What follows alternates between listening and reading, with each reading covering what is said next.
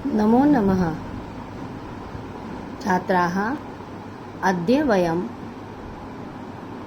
सर्वनाम विषय अस्मद् युष्मद् शब्दरूपाणां पठिष्यामः।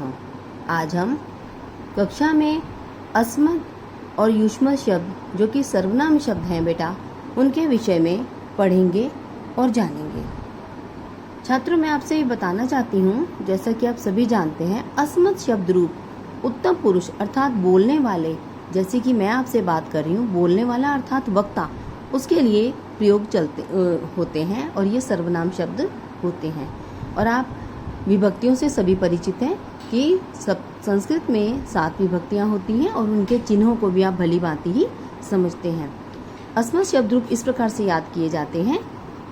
इसके लिए इनका अर्थ भी आपको जानना बहुत आवश्यक है और वाक्यों में भी इनका बहुत अधिक प्रयोग होता है। तो आइए आरंभ करते हैं अस्मद् शब्द रूप पढ़ना। प्रथमा विभक्ति तीनों वचन में अस्मद् शब्द रूप इस प्रकार से चलते हैं।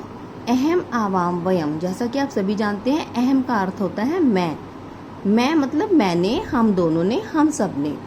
और द्वितीय विभक्ति का चिन्ह है को। माम, आवाम, अस्मान अर्थात मुझे, मुझको नहीं होगा बेटा, ये मुझको शब्द गलत होता है, इसका अर्थ होता है मुझे, हम दोनों को, हम सबको।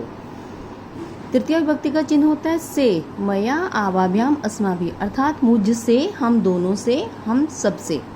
चतुर्थी विभक्ति का चिन्ह है के लिए। मह्यम, आवाभ्याम, अस्मभ्यम मतलब मेरे लिए, हम दोनों के लिए, हम सब के लिए। पंचमी विभक्ति का चिन्ह है से अर्थात मुझसे, हम दोनों से, हम सबसे। बात ना करना या मुझसे कोई बात करना, मुझसे कुछ कहना, तो मुझसे, ठीक है। षष्ठी विभक्ति का प्रयोग होगा तो इसका शब्द इस प्रकार से है मम, आवयो, अस्माकम। का, के, की, रा, रे, री आपको सबको पता है, इस तरह से इसके रूप षष्ठी विभक्ति में चलते हैं। तो मम में का, के, की नहीं चलेगा, रा, रे, री अर्थात मेरा, हम दोनों का, हम सबका। और सप्तमी विभक्ति में में और पर अर्थात मुझ पर या मुझ में, हम दोनों पर, हम सब पर अर्थात विश्वास, हम दोनों पर विश्वास, हम सब पर विश्वास, इस प्रकार से ये रूप चलते हैं। और इसी प्रकार से थोड़ा सा परिवर्तन होते हुए हम देखेंगे तो कि युष्मद् शब्द रूप भी इसी प्रकार से ही चलते हैं। शब्द रूप युष्मद् तुम अर्थात जिससे हम बात करते हैं मध्यम पुरुष के लिए प्रयोग होते हैं, उनका प्रयोग इस प्रकार से होते हैं। त्वम, युवाम, यूयम यानी कि तुमने, तुम दोनों ने, तुम सब ने। त्वाम, युवाम, युष्मान अर्थात तुम दोनों ने, तुम दोनों को अर्थात तुम्हें, को मतलब त्वाम, युवाम, युष्मान अर्थात तुम्हें, तुम दोनों को, तुम सबको। तृतीय विभक्ति का चिन्ह है से। त्वया, युवाभ्याम, युष्माभि अर्थात तुम से, तुम दोनों से, तुम सब से कोई बात करता है तो इसके लिए। और चतुर्थी विभक्ति के लिए। तुभ्यम, युवाभ्याम, युष्मभ्यम अर्थात तुम्हारे लिए, तुम दोनों के लिए, तुम सबके लिए। पंचमी विभक्ति है से यानी इसका अर्थ से त्वत्, युवाभ्याम, युष्मत् अर्थात तुम से, तुम दोनों से, तुम सबसे। और इसमें तव, युवयोः, युष्माकम अर्थात तव मतलब तुम्हारा, तुम दोनों का, तुम सबका। त्वयि मतलब तुम में, युवयोः तुम दोनों में, युष्माकम तुम सब में।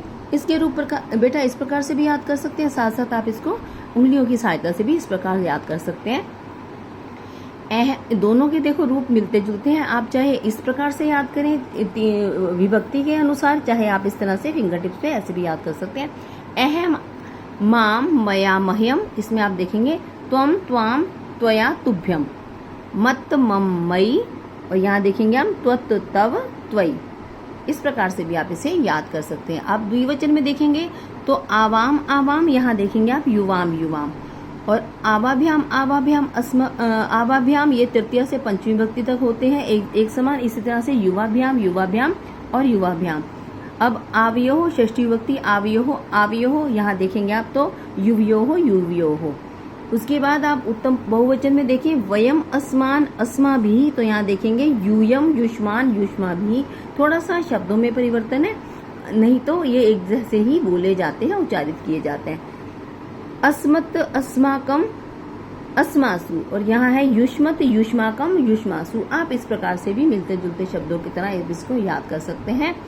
अहम, आम, मया, मह्यम इसी प्रकार से त्वम, त्वाम, त्वया, तुभ्यम और आगे से मत, मम, मई, मत मम मई, और यहाँ पे त्वत तव त्वयि, इस प्रकार से आप याद सकते हैं। आवयो हो, और यहाँ बोलेंगे युवयो हो, आवाभ्याम आवाभ्याम, यहाँ बोलेंगे युवाभ्याम, आवयो हो, और यहाँ आप बोलेंगे युवयो हो। इस प्रकार से वयम अस्मान अस्माभिः, और यहाँ पर यूयम युष्मान युष्माभिः, अस्मभ्यम अस्मत्, यहाँ बोलेंगे युष्मभ्यम युष्मत्, और उसके बाद अस्माकम अस्मासु, युष्माकम युष्माकु। इस प्रकार से आप इसे बेटा याद कर सकते हैं। अगली कक्षा में हम इसके वाक्यों का भी प्रयोग करेंगे।